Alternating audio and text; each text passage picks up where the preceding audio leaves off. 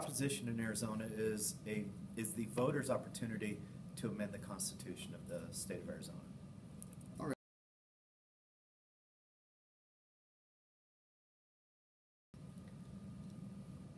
They are a good example of the will of the majority, and in a democracy it is the will of the majority that sets the rules. I think sometimes they're used by our legislature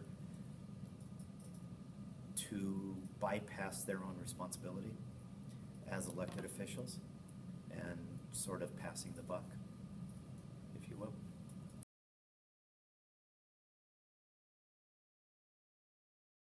I vote on every ballot prop.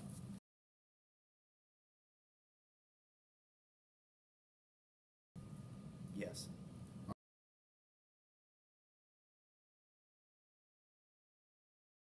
I would rather the legislature and the people of this state support education more and not have to do it through these propositions.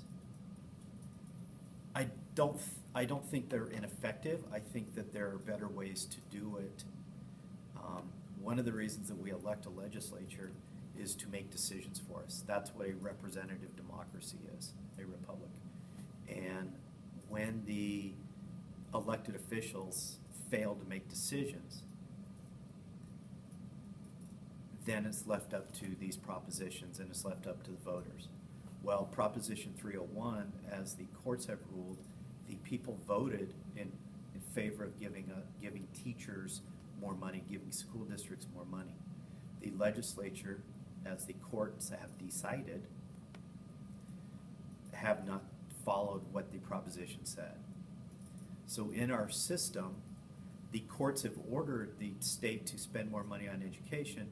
The state has not done so. And that's what, once again, the courts have ruled that. That's basically breaking apart our system of separation of powers and checks and balances.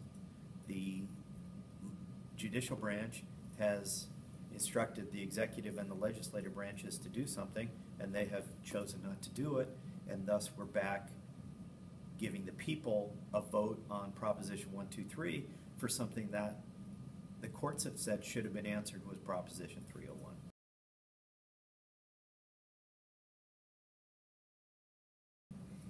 I am a little bit familiar with year-round schooling, just in the fact that I know people who have attended year-round schools.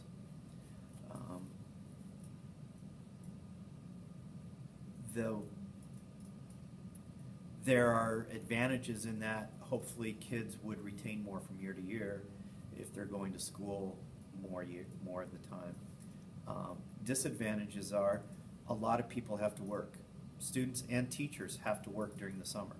So if they never get a 3-month period to work, when do they earn that extra money? Because I know almost every teacher I know at some point in their teaching career has had to get summer job. And students have to get summer jobs. And if they don't have summer, when are they going to do that? So that's one issue with it. Another issue is going to be utilities costs, especially here in Arizona. When running the air conditioner through June, July, the first part of August would be very expensive. Where are we going to offset that? We don't spend nearly as much money on utilities in December as we do in July. So there are lots of good reasons for it. And if you want, since we're going to compare ourselves to the rest of the world educationally, the rest of the world goes to school for a lot longer than we do. We're going to school on a 19th century agrarian calendar so that kids could go pick crops over the summer. Well, not many students are doing that these days. So if you're going to compare us to students in Japan, you're going to compare our students to the Europeans and the Asians, it's only fair that students go to school the same number of days, and we're not even close to 180 days versus well over 200 for most of the rest of the world. But that's going to take money. And right now, there's no indication that people are willing to spend the money to do that.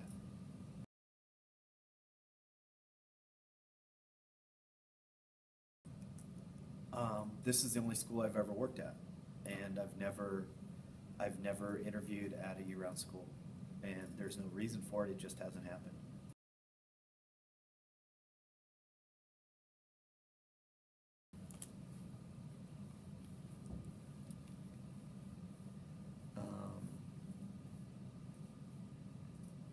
Yes and no.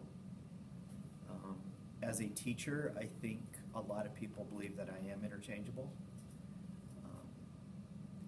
But very honestly, my situation, a couple of the things that I do, it would be, kind of help me not be so replaceable.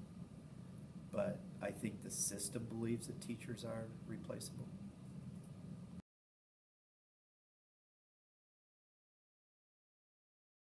Okay. Is there any other reasons why you think teachers would feel like in a year-round school setting less replaceable or interchangeable? I have no idea what that would do for anything, to be honest.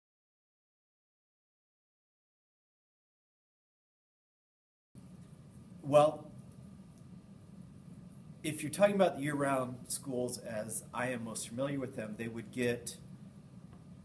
get breaks throughout the course of the year, so then they're not going to school for 17 or 18 weeks straight with a few days off for Thanksgiving or Veterans Day or so forth, but they're going to get a few weeks off.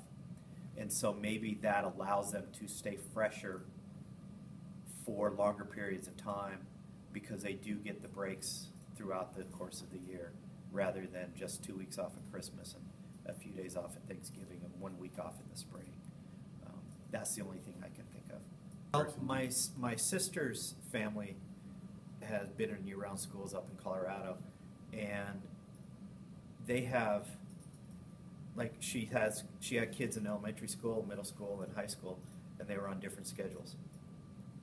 And so they couldn't even take family vacations during the breaks because there was always at least one kid in school. And that seems kind of ridiculous, considering that they're in the same district and the schools aren't on the same schedule. I know coaches have a difficult time because you may have half your team on break in the middle of the season. And so that's an issue for sports teams. If the football team, if most of the football players don't go to school until the middle of September, but they start practice at the beginning of August, it's harder to get kids there, especially freshmen and sophomores that don't have rights to school.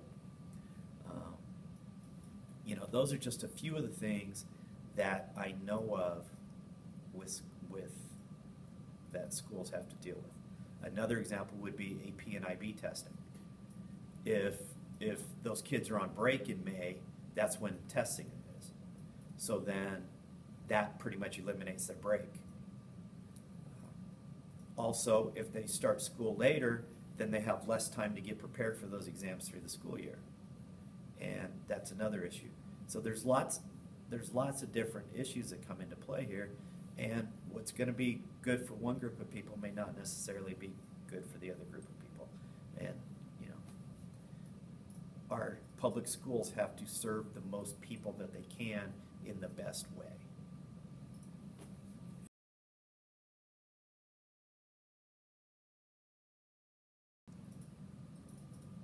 Yeah, we lack lots of things. We're right at the bottom of per pupil spending. We are,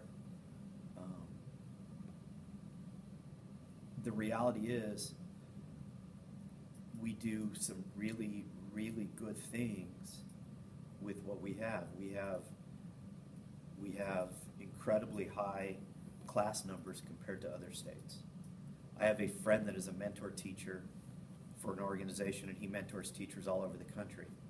In the rest of the country, these teachers, they average about 24 or 25 kids in a class. Well, we're way above that in our high school classes. And so, yeah, that comes down to how many teachers we have. Other states will have more teachers than we do, which means they can have fewer students in their classes than we do.